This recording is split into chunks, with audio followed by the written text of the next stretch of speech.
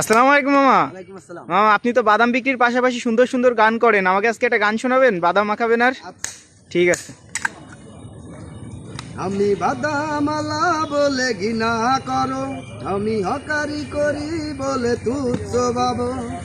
আমি বাদামালা বলে ঘৃণা করো, আমি হকারি করি বলে তুচ্ছ ভাবো।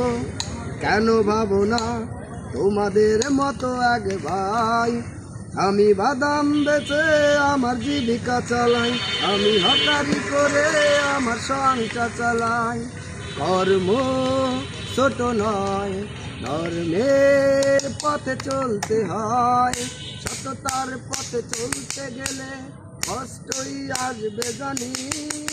আমি বাদামালা বলে ঘৃণা করো, আমি হকারি করি বলে তুচ্ছ ভাবো।